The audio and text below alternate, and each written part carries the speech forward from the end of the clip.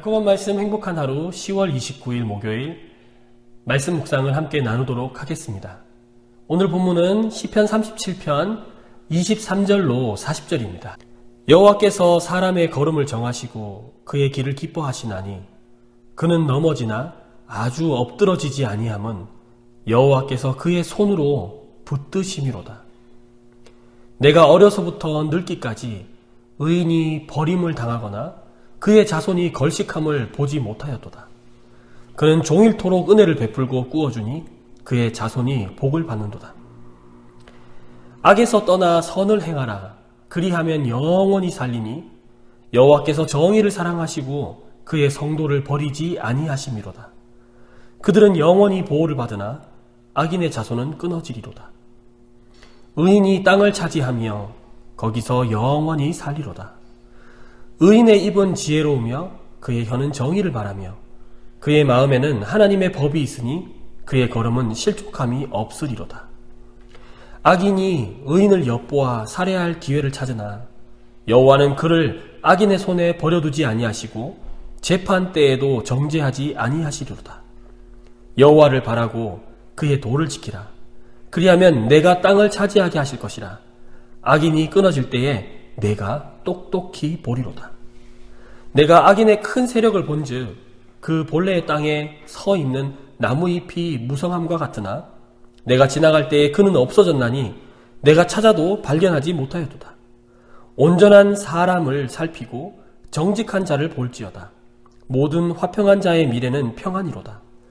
범죄자들은 함께 멸망하리니 악인의 미래는 끊어질 것이나 의인들의 구원은 여호와로부터 오나니 그는 환난 때에 그들의 요새이시로다. 여호와께서 그들을 도와 건지시되 악인들에게서 건져 구원하심은 그를 의지한 까닭이로다. 아멘. 오늘 본문에서 보시면 25절에 보면 내가 어려서부터 늙기까지 이렇게 이야기하는 것으로 보아 이 시인은 어르신입니다. 어르신이 그 자손들에게 그리고 자신의 자녀들에게 그리고 이스라엘에 있는 이 시를 듣는 많은 그 후손들에게 하고 싶은 이야기가 있는 것이죠.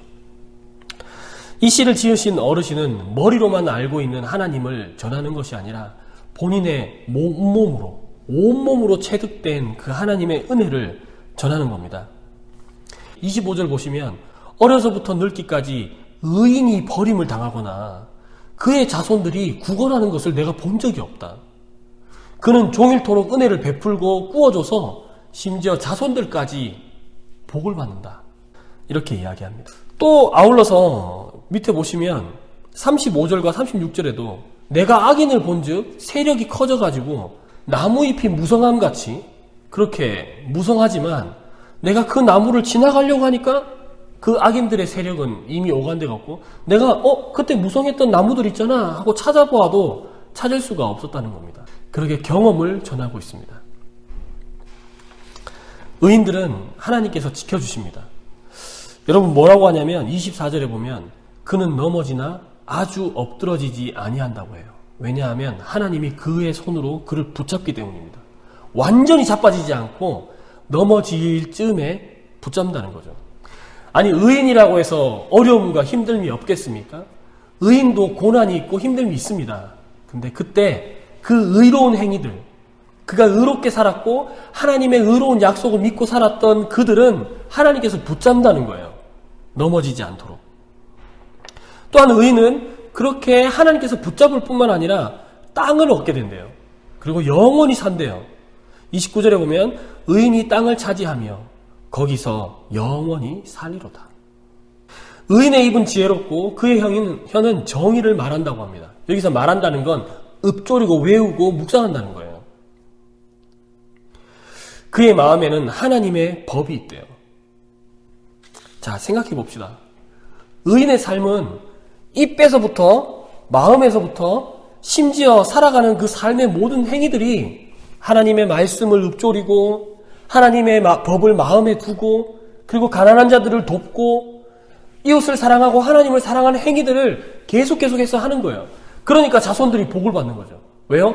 아빠가 그렇게 사는 걸 봤으니까. 엄마가 그렇게 사는 거를 눈으로 보고 체득되어 있으니까. 복을 받을 수 있다는 거죠. 근데 악인들은 어떻습니까? 악인들은 보면 오직 의인들을 살해할 기회만 엿보고 있습니다. 하지만 살해할 수 있나요? 아니요. 하나님이 그렇게 내버려 두시지 않습니다. 악인들의 손에서 그렇게 의인들이 죽어가는 것을 보지 않습니다. 심지어 재판관에 올라가서 불법한 부정한 행위들, 거짓 증거들 이런 것으로 의인들을 정죄하려고 할 때에도 하나님은 의로우신 하나님, 공의로우신 하나님은 그 심판관의 죄를 심판관의 이 분별력을 쥐고 계십니다. 그러니 여호와를 바라고 여호와의 도를 지키라고 하는 겁니다. 여러분, 하나님은 의인을 보호하십니다. 오늘 이 지그시 나이가 든 이 어르신이 뭐라고 얘기하냐면, 여러분, 의인의 삶이 있고 죄인의 삶이 있습니다. 이 둘 중에서 하나 고르세요. 이렇게 얘기하는 거 아닙니다. 내가 살아보았더니 의인은 이렇습니다. 악인은 이렇습니다. 그러니 여러분, 악에서 떠나서 선을 행하십시오. 여러분, 여러분의 죄악대에서 돌이키십시오. 죄를 짓지 마십시오. 라는 것이 아니라 이런 거죠.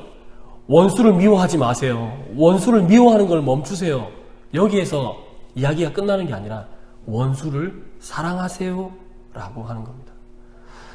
아니, 악에서 떠나서 선을 행하라는 건 원수를 미워하지 말고 사랑하라는 겁니다. 마치 예수님의 첫 번째 설교와 같아요. 때가 이르렀고 하나님의 나라가 가까이 왔으니까 회개해라. 그리고 복음을 믿어라. 여러분 어떠세요? 오늘 이 시편을 통해서 이 지그시 나이 늙어서까지 든 이 어르신의 이 지혜로운 이 시를 통해서 우리가 배울 점은 악에서 떠나 선을 행하는 겁니다. 하나님이 원하시는 그 하나님의 법과 하나님의 그 계획을 마음속에 넣고 내 입에서 읊조리면서 하나님의 말씀을 묵상하면서 내 삶 가운데에서 선을 행하는 겁니다. 적극적으로 이웃을 사랑하는 겁니다. 그 이웃을 사랑하는 의인은 하나님의 나라를 차지할 겁니다. 이웃을 사랑하는 의인을 이 땅에서 이 땅을 차지하고 하나님의 보호하심이 있으며 자손들 또한 복을 얻을 것입니다. 사랑하는 우리 강소공동체 여러분, 저와 여러분이 악에서 떠나 선을 행하는 그런 복된 날이 되시기를 바랍니다.